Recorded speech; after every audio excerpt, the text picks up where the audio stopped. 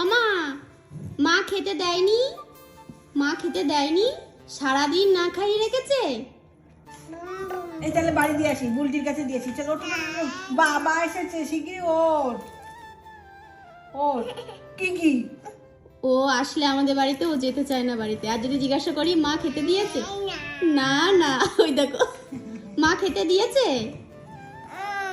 মা খেতে দেয়নি, দেয়নি, একটু দেয়নি। হাসো তাহলে, খেতে দেয়নি।